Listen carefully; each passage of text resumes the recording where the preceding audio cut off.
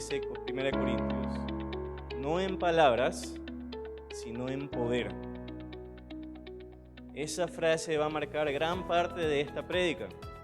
1 Corintios 7 habla acerca de una temática de matrimonios, de estados civiles, todos los que ustedes quieran. Solteros, casados, divorciados, separados. Y hay mucha gente que le tiene miedo a este capítulo. Ay, no, es que terrible, vamos a hablar acerca de divorcio, vamos a hablar acerca de matrimonio. Pero si no lo hablamos, ¿cómo lo hacemos? Si no tenemos la instrucción de Dios acerca de esto, ¿cómo le hacemos? Ahora, originalmente los corintios habían escrito una carta a Pablo. Pablo responde con el libro de 1 Corintios. Y quisiera que vaya primero a esta sección del primer capítulo. Vamos a leer 2 versículos y luego vamos a orar. ¿Ok? Entonces tenemos 1 Corintios capítulo 1 y vaya al versículo 2 y luego leemos el 9. Y me dicen, amén. ¿Tienen el libro abierto de 1 Corintios? ¿Sí? Capítulo 1, versículo 2. Y vamos a leer. Pablo saluda, ¿no? Pablo, llamado a ser apóstol de Jesucristo por la voluntad de Dios, y el hermano Sóstenes, a la iglesia de Dios que está en Corinto, y fíjese lo que dice aquí. A los santificados en Cristo Jesús, llamados a ser ¿qué? Santos, con todos los que en cualquier lugar invocan el nombre de nuestro Señor Jesucristo, Señor de ellos y nuestro. Bueno, gracia y paz a ustedes. Bienvenidos. Y ahora pasemos al versículo 9. Sáltese un poquito nomás. En general dice que ellos están llenos de dones. Esta iglesia no falta nada. Está totalmente cargada. Pero hay algo que importa más. Miren el versículo 9, dice 9, fiel es Dios, por el cual fuisteis llamados a la comunión con su Hijo Jesucristo, nuestro Señor. Y la Biblia y el cristianismo son así. Usualmente las religiones le dicen a usted tiene que hacer estas cosas para luego ser santo, ¿ok?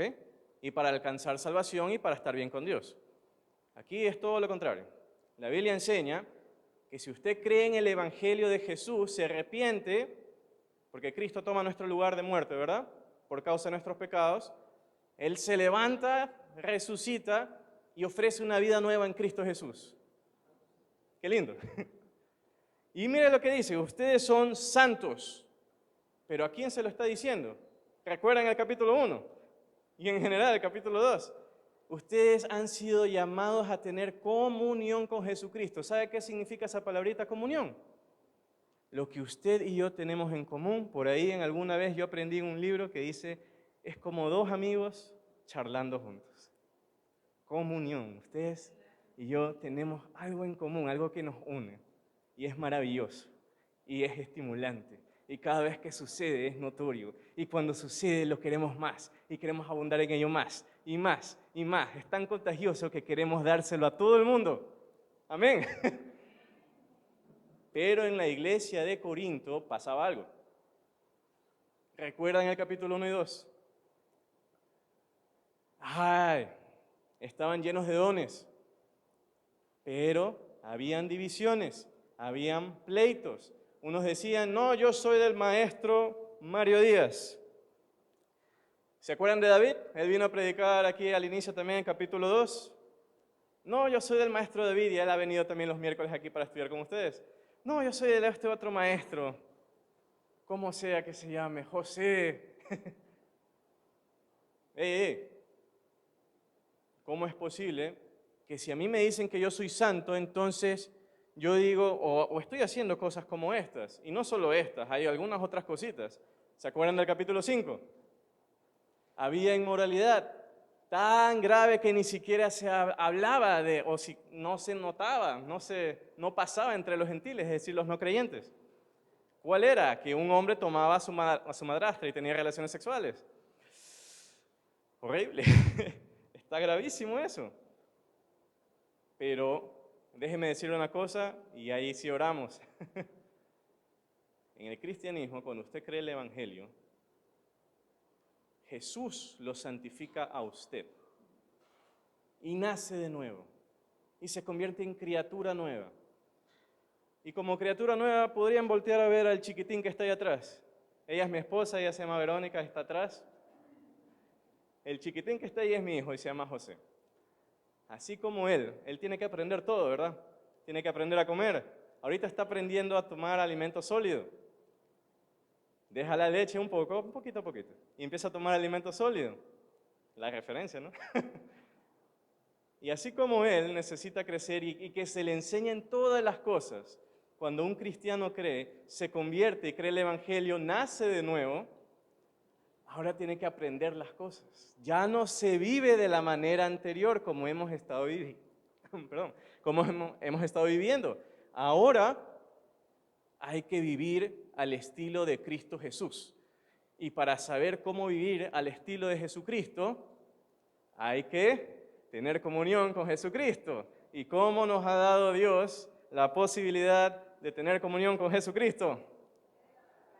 Su Biblia, la cual a través de generaciones, escrita por diferentes autores en diferentes tiempos y con diferentes oficios, todos escribieron inspirados por el Espíritu Santo y ninguno se contradice y todos escriben el mismo mensaje, que hay salvación en Dios y esta salvación es por medio de Jesús. Amén. Vamos a orar, inclinen su cabeza conmigo, por favor. Señor Dios, gracias por este tiempo que podemos compartir. Nosotros tenemos algo en común contigo, Señor, y es aquello que tú nos has dado, es tu Espíritu Santo. Y ese Espíritu Santo precioso te pedimos que nos guíe hoy en toda enseñanza, en toda alabanza, en toda adoración, para que seamos completos en Jesús, para que nada nos falte. A la iglesia de Corinto nada le faltaba, pero sí una conducta santa. Y queremos revisar e imitar aquello que es bueno, desechar lo malo, imitar lo bueno. Bendícenos con palabras, Señor, con sabiduría, pero sabiduría de Dios. En el nombre de Jesús, amén. En el capítulo 1 y 2 hay una influencia de sabiduría del mundo, sabiduría de los hombres, que llega a la iglesia de Corinto.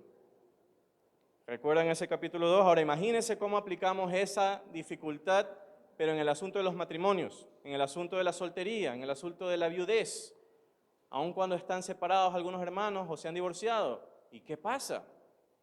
¿Qué nos dice el mundo acerca de los casados?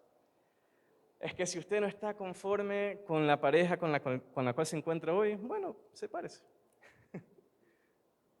Lo ha oído, me imagino, ¿no?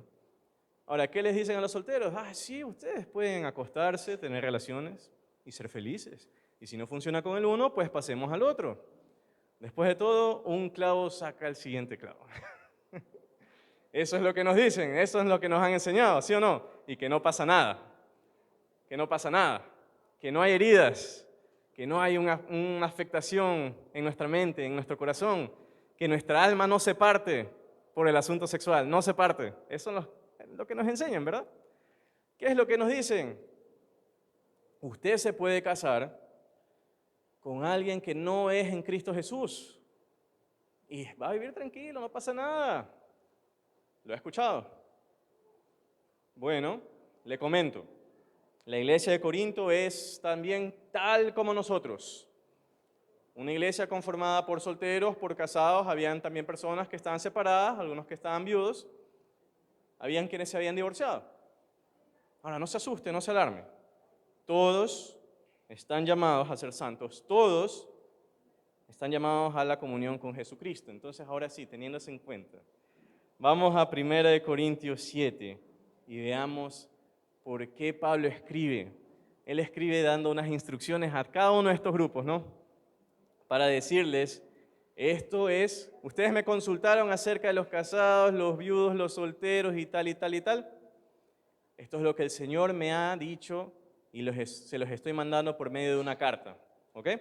1 Corintios 7, vamos a comenzar, dice, en cuanto a las cosas que me escribisteis, bueno le sería al hombre no tocar mujer, pero a causa de las fornicaciones cada uno tenga su propia mujer y cada una tenga su propio marido. Interesante, ahora va a haber un contraste que me pareció muy bonito, muy particular. entre los versículos 3 al 7. Ahora, dice: el marido cumpla con el deber con la mujer, con el deber conyugal, y asimismo la mujer con el marido. ¿Eso qué quiere decir? Que el uno se debe al otro en términos sexuales. ¿Ok? No rechazo mi cuerpo a mi esposa, y viceversa, ella no rechaza su cuerpo a mí. ¿Por qué? Porque somos una sola carne. Y luego dice el versículo siguiente: la mujer no tiene potestad sobre su propio cuerpo sino el marido, ni tampoco tiene el marido potestad sobre su propio cuerpo sino la mujer. Versículo 5: no os neguéis el uno al otro, a no ser por algún tiempo de mutuo consentimiento, para ocuparos sosegadamente en la oración, y volved a juntaros en uno, para que no os tiente Satanás a causa de vuestra incontinencia. Y Pablo dice: esto los digo por vía, no como mandamiento del Señor, sino como concesión. Esta frase va a aparecer algunas veces en el capítulo. Quisiera más bien que todos los hombres fueran como yo. Eso nos da a saber que quizás Pablo estaba o soltero o ya no estaba ligado a mujer. Pero cada uno tiene su propio don de Dios, uno la verdad de un modo y otro de otro. Y lo que me parece curioso es que a los solteros, Satanás, ¿de qué los quiere convencer? Quítese la ropa. Quítese la ropa. A los casados, ¿de qué los quiere convencer? No se la quite. Pero eso no está bien. ¿Por qué? Porque los solteros, el cuerpo del Señor, si usted retrocede al capítulo 6, tan solo tiene que retroceder al capítulo 6. Y fíjese en el versículo 12, 6:12, vaya un poquito más para arriba, retroceda a la página, dice lo siguiente: todas las cosas me son lícitas, mas no todas convienen. ¿Verdad? Mire qué más dice: todas las cosas me son lícitas, mas yo no me dejaré dominar por ninguna. Las viandas o la comida, ¿para qué son? ¿El encebollado? ¿El bolón? Para el vientre. Pero, ¿el cuerpo para qué es? No para la fornicación, dice el Señor, sino para el Señor. Entonces mi soltería se la puedo dedicar a Cristo. ¿Haciendo qué? Sirviéndole. ¿Qué pasa generalmente con los solteros y la sexualidad? Lo usual es que hay ese deseo de que me siento solo, me siento insatisfecho. Y también el asunto va, algo que a mí me gusta decir es plenitud. Pensamos que alcanzamos plenitud, que nos vamos a sentir bien, que nos vamos a sentir satisfechos teniendo relaciones sexuales siendo solteros. Pero ¿qué pasa? Que nos equivocamos y pecamos así y sucede que nuestra alma se parte. Y eso es porque es doloroso. ¿Por qué? Porque Génesis 1 nos enseña que cuando dos personas se juntan se convierten en una sola carne. Génesis 2, perdón.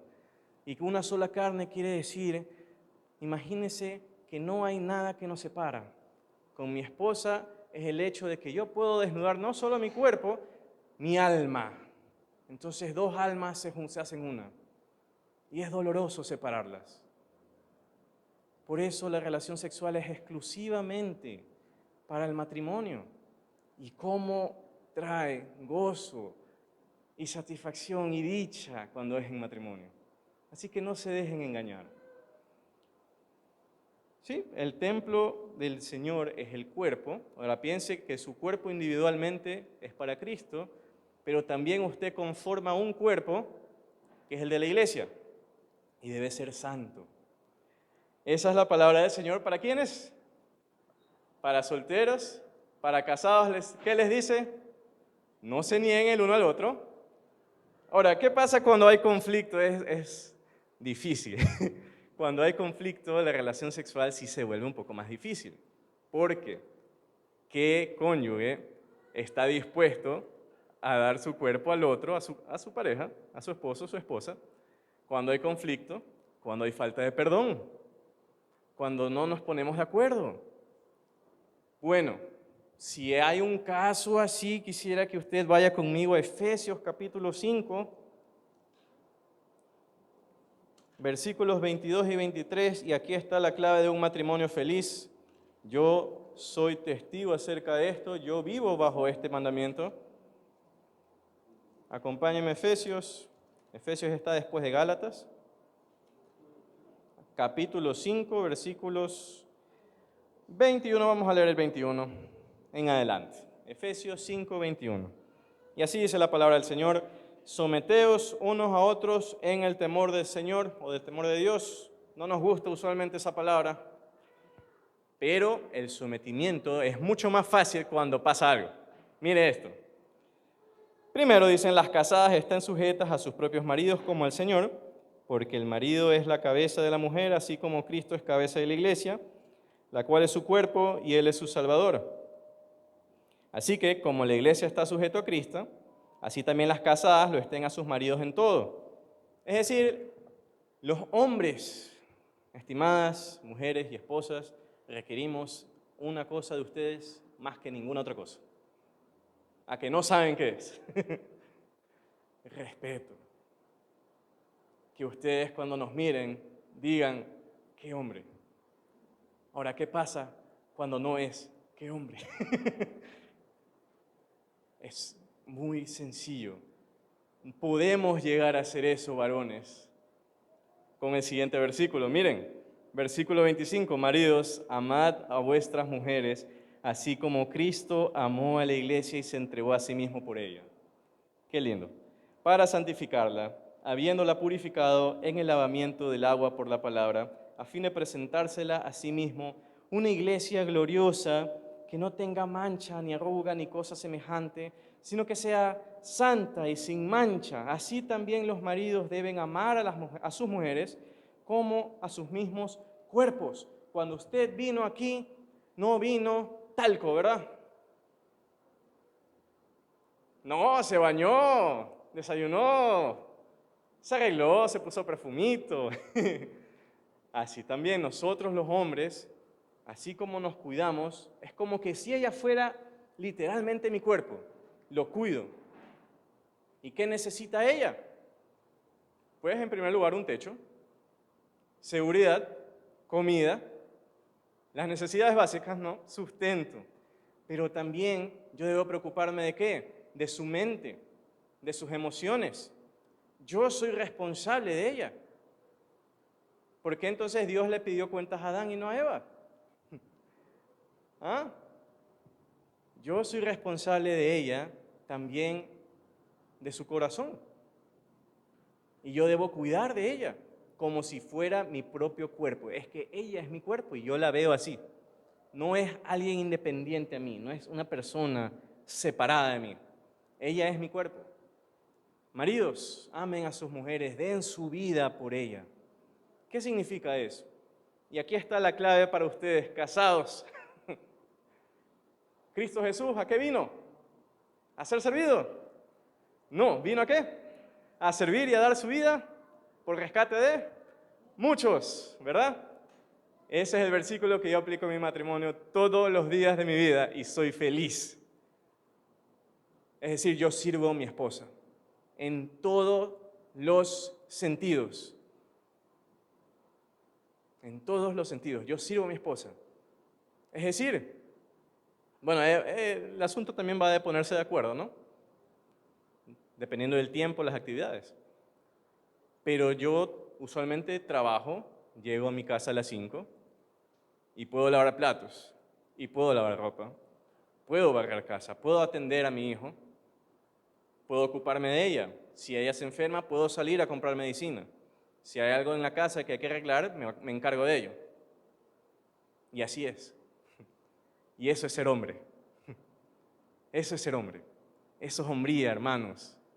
Mis hermanos, ser hombre no es otra cosa sino que asumir la responsabilidad. Eso es ser hombre. No es ser tosco, no es ser irrespetuoso, no es ser fuerte físicamente, ni ser el atleta perfecto. No es estar lleno de dones, talentos y habilidades. Es, en primer lugar, ser lo que hay que hacer. Bajo el Señor, por supuesto. Encargarme de hacer las cosas. Eso es hombría. Demos nuestras vidas por nuestras esposas. Hay dicha en ello, hay felicidad en ello. No saben cómo yo me acuesto cada noche en completa paz y mi esposa se acuesta a mi lado en completa paz. Y si se nos va la paz es cuando él llora, cuando empieza la lloriquedera. Pero así es un matrimonio feliz. Y volvamos a 1 Corintios 7. Y tenemos un grupo nuevo, que son los solteros y las viudas.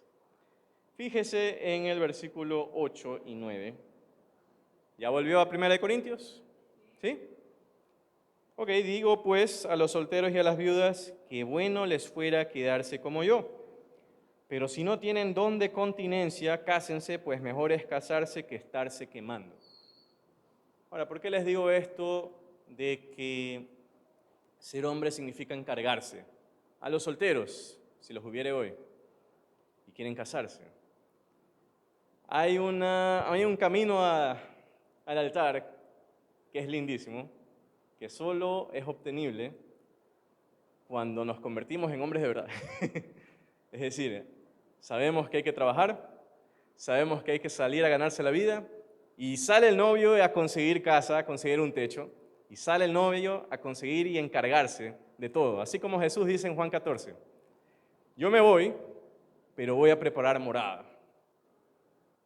Y cuando regrese los tomaré, estaremos juntos. Así debe ser el soltero que quiere casarse.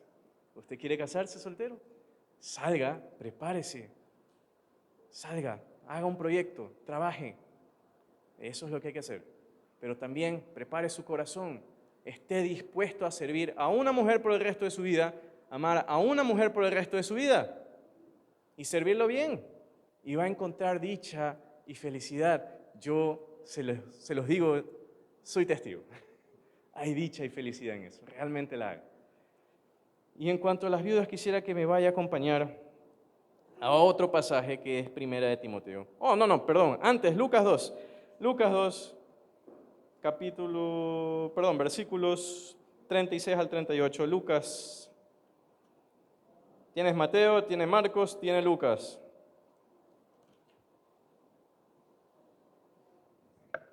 Y hay una viuda aquí que se llama Ana y tiene un registro en un evangelio para recordarla para toda la posteridad. ¿Se imagina eso? Bueno, y qué lindo que es. Y vamos a leer, acompáñenme en la lectura del versículo 36 al 38, 2 versículos. Imagínense que usted fuera mencionado en la Biblia para toda la posteridad. Estaba también allí Ana, profetisa, hija de Fanuel, de la tribu de Aser, de edad muy avanzada, pues había vivido con su marido 7 años desde su virginidad. Es decir, esta mujer estuvo casada 7 años, pero había sido enviudó, y ahora tenía 84 años, dice el texto, ¿no? Y era viuda hace 84 años, y no se apartaba del templo sirviendo de noche y de día con ayunos y oraciones. Esta, presentándose en la misma hora, daba gracias a Dios y hablaba del niño a todos los que esperaban la redención de Jerusalén. Ahora, fíjese que Pablo, regresa a 1 Corintios 7, Pablo al final del capítulo dice lo siguiente en cuanto a las viudas, ¿no? Bueno, dice el versículo 39 en 1 Corintios 7, la mujer casada está ligada por la ley mientras su marido vive, pero si su marido muriere, libre es para casarse con quien quiera. Entonces estamos hablando de una viuda. Con tal que sea en el Señor. Y mira lo que dice Pablo, pero a mi juicio, más dichosa será si se quedare así, y pienso que también yo tengo el Espíritu de Dios. Pero tienes 2 tipos de viudas generalmente, ¿no? En 1 de Timoteo, vaya 1 de Timoteo, vamos a ver esos 2 tipos de viuda. Es 1 de Timoteo capítulo 5. Por cuestiones de tiempo les voy a leer solamente un caso, el que queremos imitar. Porque la viuda que se habla de manera media feona es la que está entremetida en el chisme, la que es ociosa, la que dejó de trabajar, la que no se ocupa. está en cosas malas, está en vicios. Pero la viuda que sí queremos imitar está en el versículo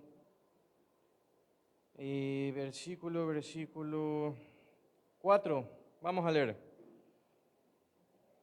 Si alguna viuda tiene hijos o nietos, aprendan estos primeros a ser piadosos para con su propia familia, recompensar a sus padres. Esto es lo bueno y agradable delante de Dios.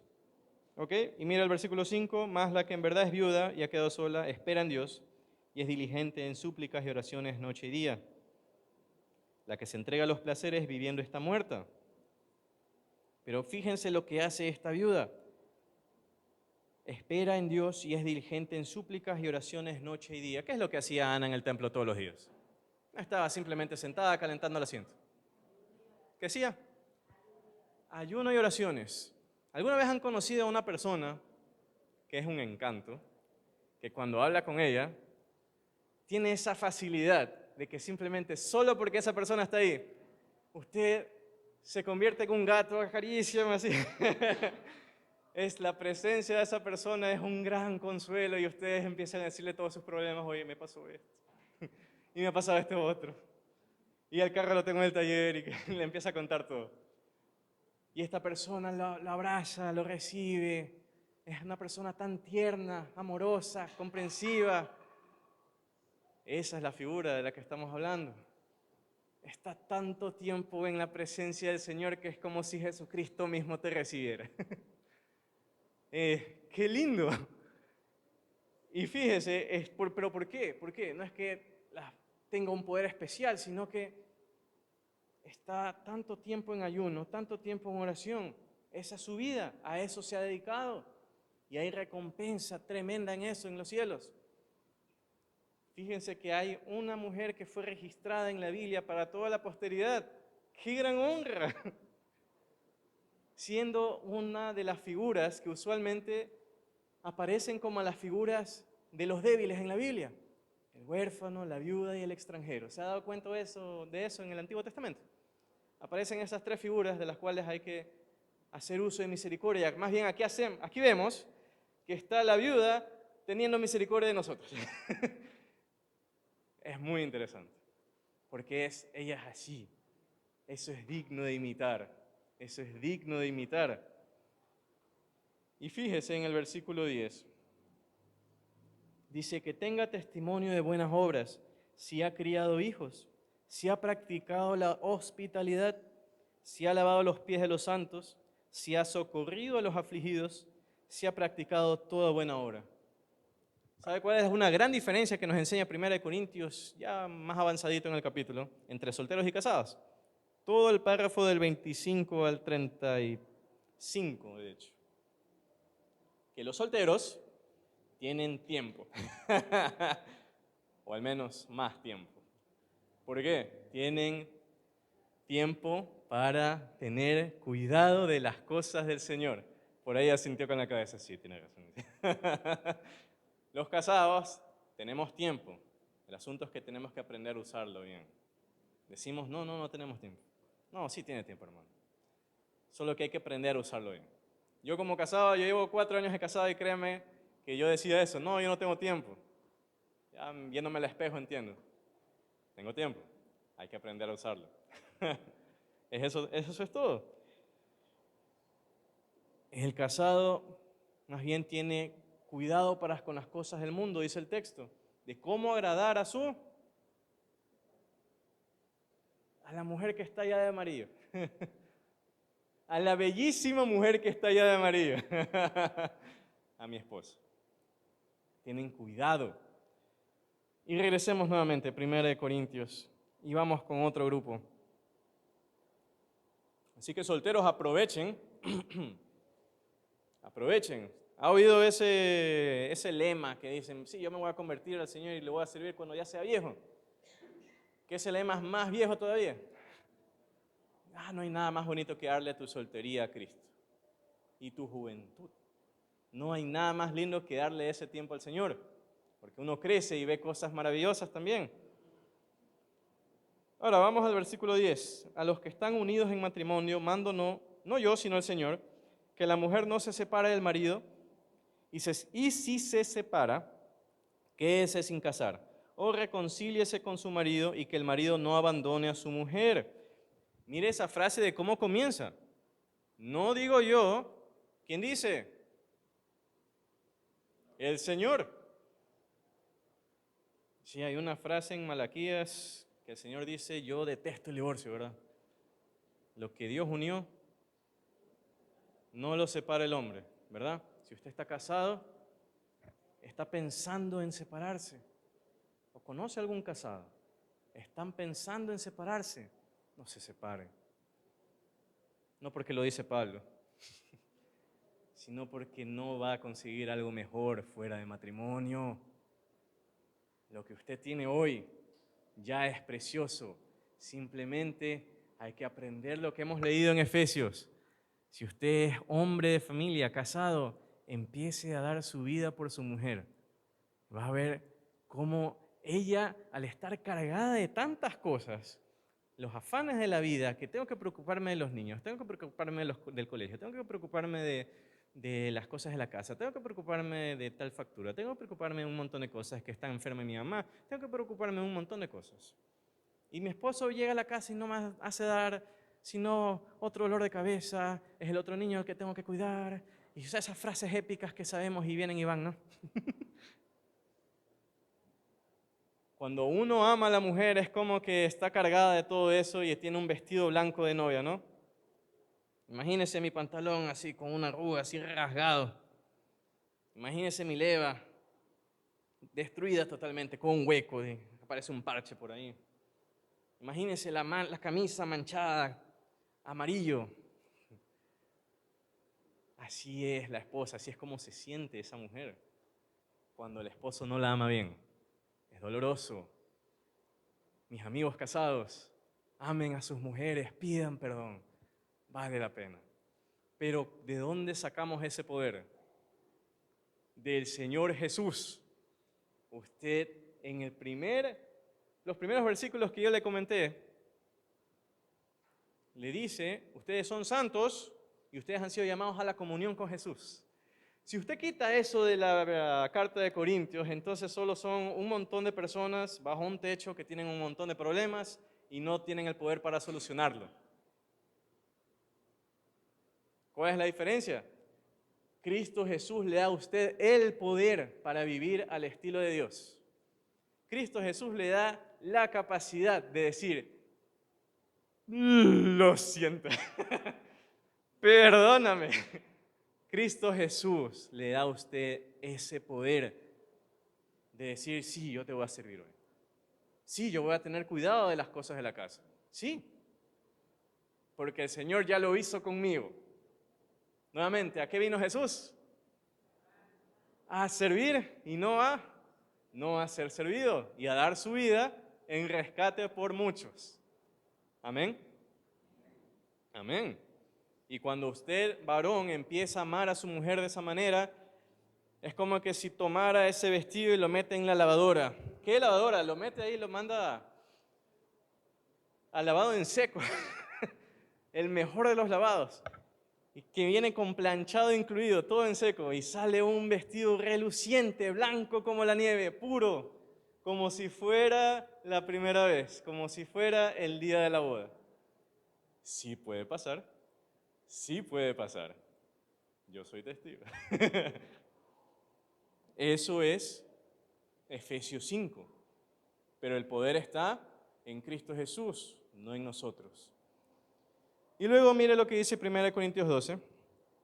A los demás. Pero ya hemos hablado de quiénes. Ya hablamos de los solteros. Ya hablamos de los casados. Ya hablamos de los viudos. Aquí dice también, por ahí aparecen los separados también, ¿no? ¿Quién falta? Los demás. ¿Quiénes son esos demás? Algún hermano con una mujer que no sea creyente, viceversa. Alguna hermana que tenga un esposo no creyente. ¿Y qué hacemos ahí?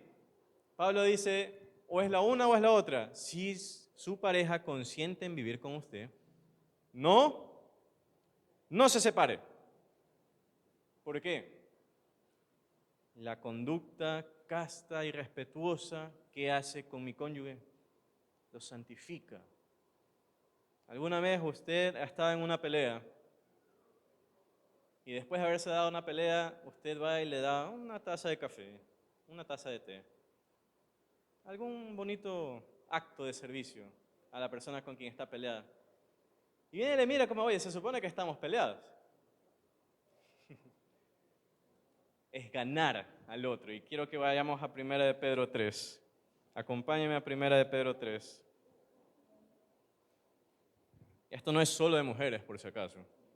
En 1 de Pedro 3, realmente en todo el capítulo, no vamos a leer todo el capítulo, pero primero aparecen las casadas, luego aparecen los hombres, en el versículo 7, y en el versículo 8 luego dice todos.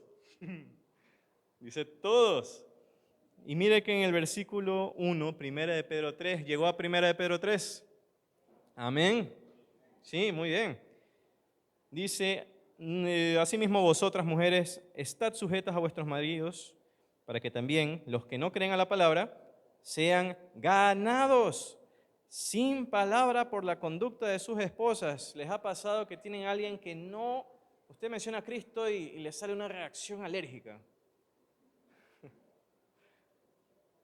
Bueno, no te voy a predicar entonces con palabras. ¿Con qué te voy a predicar? Con mi vida. Porque así también lo hizo Jesús. Sean ganadas sin palabra por la conducta de sus esposas, considerando vuestra conducta casta y respetuosa. Y luego habla de la apariencia externa. No es que me voy a comprar el mejor vestido y el mejor peinado, sino el corazón, versículo 4. El adorno es el interno, el corazón, en el incorruptible ornato de un espíritu afable y apacible, y hoy doy testimonio de que mi mujer es ese espíritu. Y no porque ella tenga un poder especial, sino porque ella va a la presencia de Cristo para soportarme. Así es. Hay algo que me gusta mucho de mi esposa. ¿Sabe qué es? Ella es siempre muy alegre. ¿Y sabe cómo yo soy? Yo soy en cambio un gato. Un gato malhumorado constantemente. Pero ella con su alegría me hace el día. Eso es algo muy lindo de mi esposa y que admiro siempre mucho y lo digo constantemente acerca de ella. Es muy lindo de ella. Es ese ornato interno del corazón que lleva a un punto en que el no creyente dice, ya dime qué es lo que es, qué es lo que tienes, ¿por qué eres así? ¿Y qué pasa? De eso es lo que estamos hablando más adelante, de 1 Pedro 3, un famoso versículo, versículo 14, o bueno, un poquito más adelante. 15. Santificad a Dios el Señor en vuestros corazones y estad siempre preparados para presentar defensa con mansedumbre y reverencia ante todo el que os demande razón de la esperanza que hay en vosotros. Fíjese que en versículos previos la lengua es mencionada. ¿Sabe qué es lo que más pasa en un matrimonio? ¿Cómo se atacan más? Con palabras. Mire lo que dice el versículo 10. Porque el que quiere amar la vida y ver días buenos, refrene su lengua de mal y sus labios no hablen engaño. Apártese del mal y haga el bien. Busque la paz y sígala, porque los ojos del Señor están sobre los justos y sus oídos atentos a sus oraciones. Fíjese que no solamente dice refrene su lengua del mal, también dice busque la paz. Entonces, para tener paz con alguien, ¿qué hay que hacer? Pedir perdón. ¿Usted tiene conflicto con alguien? Pida perdón. ¿Usted tiene cuentas que saldar con alguien? No es así, ¿eh? Saldar cuentas no es esto. Mire que aquí dice refrene su lengua de mal. Cuando queremos saldar cuentas, ¿qué pensamos usualmente? Te voy a decir todo lo que siempre te he querido decir. ¡Ay! ¿Cómo duele cuando nos hacen eso, ¿no? Cuando nos dicen todas nuestras verdades en la cara. Eso destruye realmente, es palabra que destruye. El perdón edifica. ¿Qué diferencia? Queremos matrimonios que sean sólidos. Pida perdón. Pidamos perdón. Pidamos perdón. Refrenemos la lengua de decir, esa tentación de querer explotar en la cara del cónyuge, de decirle todo lo que pienso yo que hace mal. No hable engaño, aquí dice, no hable engaño. ¿Quiere ver días buenos? Refrene la lengua. Pero ¿de dónde saco poder para mantener mi lengua controlada? Usted ha sido llamado a tener comunión con Jesucristo. Pero ¿realmente lo cree? Usted ha sido llamado a ser santo. Es decir, usted ya es santo. Si usted cree en Jesús, ya es santo. Solamente hay que vivir como santo. Es decir, ya tiene usted el poder. El Espíritu Santo mora en usted. Si ha creído el Evangelio, ya el Espíritu Santo mora en usted. Pero ahora hay que vivir o andar en el Espíritu, como dice Gálatas. Esa es la diferencia. ¿Y qué diferencia? Y vamos a finalizar. Ahora, les voy a mandar de tarea que lean el resto del capítulo, pero yo quisiera terminar con esto, ya que no quiero alargar el asunto, y es que me acompañen a Tito. Acompáñenme a Tito, capítulo 2. En Tito hay un problema de que todo está desorganizado. Hay un problema. Mire, fíjese en el versículo 5. Pablo deja a Tito en Creta, que es una isla que está en el Mediterráneo. Considere al este de toda la sección de Israel, donde está el Golfo. ¿Ok? Por esta causa te dejé en Creta para que corrigieses lo deficiente y establecieses ancianos en cada ciudad, así como yo te mandé. Entonces habían iglesias que estaban desordenadas, iglesias que necesitaban líderes que empezaran a poner orden y corregir deficiencias. ¿Y qué podemos tomar de eso hoy? Fíjese que alguna vez alguien me dijo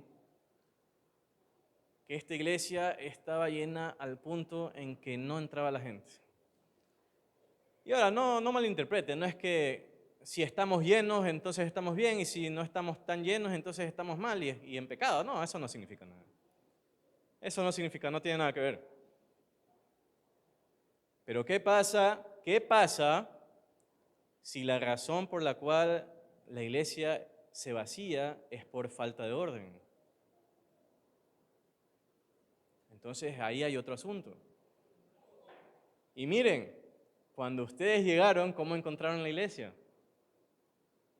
¿Verdad? No hay que ni mencionarlo, ¿verdad? Y el Señor puso a un Tito aquí. Vino el Señor y puso a un Tito aquí. ¿Cómo se llama? El señor pastor Mario Díaz. Y les dejó a su Tito para ustedes. Harán bien en oírle. ¿Por qué? Porque yo he conocido lo suficiente a Mario para saber y estar seguro de una cosa acerca de Mario. Mario ama al Señor. Y harán bien en escuchar a alguien que ama al Señor. Escúchenle. Pero no solo escuchen a Mario. Vaya directo a Cristo a escuchar también. Vaya directo a Cristo. Quisiera darle palabra a la sociedad de damas que ha sido establecida también no hace mucho. Creo que el domingo pasado fueron inauguradas aquí las presentadas. ¡Qué lindo! Hay trabajo que hacer, ¿eh? Y fíjese lo que dice Tito, más adelante en el capítulo 2, versículo 5. Versículo 3. Hablan de los ancianos, ¿no? Hay algunas figuras en la iglesia de Creta, están los jóvenes, los ancianos, las ancianas, los pastores. Pero aquí vamos a hablar de las ancianas. La mujer que es líder. Eso significa la palabra anciana. Es esa figura líder. Las ancianas asimismo sean reverentes en su porte, no calumniadoras, no esclavas del vino, maestras del bien, que enseñen a las mujeres jóvenes a amar a sus maridos y a sus hijos, a ser prudentes, castas, cuidadosas de su casa, buenas, sujetas a sus maridos, para que la palabra de Dios no sea blasfemada. Hay jóvenes aquí, los estoy viendo. Exhorta asimismo a los jóvenes a que sean prudentes. Y algo muy lindo acerca de esto es cómo aplicamos 1 Corintios 7 usando esta idea de Tito, ¿no? Queridos hermanos, de los 2 domingos que he estado aquí, he escuchado lo mismo. Quizás hay ese dolor en su corazón, ¿no? Cuando una iglesia pasa un proceso en los cuales el pastor se va y también muchas otras personas se van. Pero no pierdan el ánimo en sus corazones. El Señor está con ustedes. Miren hoy, están todos ustedes aquí. Mario está cumpliendo su deber de pastor con la denominación y él va a volver y les aseguro que él está pensando en ustedes hoy y está orando por ustedes. Oren por su pastor, oren por los músicos, oren por el que se pare aquí para que dé palabra de vida. Y yo quiero darles la siguiente palabra: no se rindan, hay trabajo que hacer, no desistan, que el ánimo de su corazón no desaparezca. Es manos a la obra más bien, hay cosas que hacer. Tomen la enseñanza de Tito, busquen ese ejemplo. Hay algo muy bonito acerca del grupo de las ancianas en Tito, es que ellas mismas buscaban a las mujeres más jóvenes, ellas mismas alcanzaban, se extendían a las mujeres más jóvenes y les enseñaban cómo amar a sus maridos, cómo ser sabias, cómo atender sus casas, cómo encargarse de todo, cómo vivir la vida cristiana de manera piadosa, de tal modo que el cristianismo realmente sea lo que debe ser. De tal modo que cuando alguien veía, porque siempre hay observadores de sus vidas, siempre hay alguien que está viendo con usted cómo se comporta, qué es lo que está diciendo. Y cuando esos observadores empiezan a ver, wow, hay un comportamiento realmente lindo y especial aquí, que no parece nada mentiroso, no es engañoso, es realmente genuino. Yo quiero eso. Y se acerca y hay una oportunidad para hacer ¿qué? Para presentar defensa o para presentar esa esperanza que hay en usted. La razón por la cual yo vivo hoy, Cristo me salvó y quiero dar esa salvación, quiero que otros sean salvos conmigo. Y quiero que la gente se entere que Jesucristo sigue salvando hoy tal como Él salvaba cuando caminaba sobre la tierra. Sigue siendo el mismo poder. Y ese mismo poder que resucitó a Jesucristo de los muertos es el poder que habita en usted para predicar el Evangelio, para amar a su esposo, para amar a su esposa, para guardarse en su soltería, para afrontar la viudez, para afrontar también el divorcio o la separación, para buscar reconciliación. Es el mismo poder.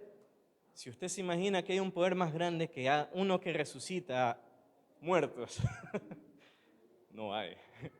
Es el poder de Dios en su vida. Y quiero terminar diciéndole esto.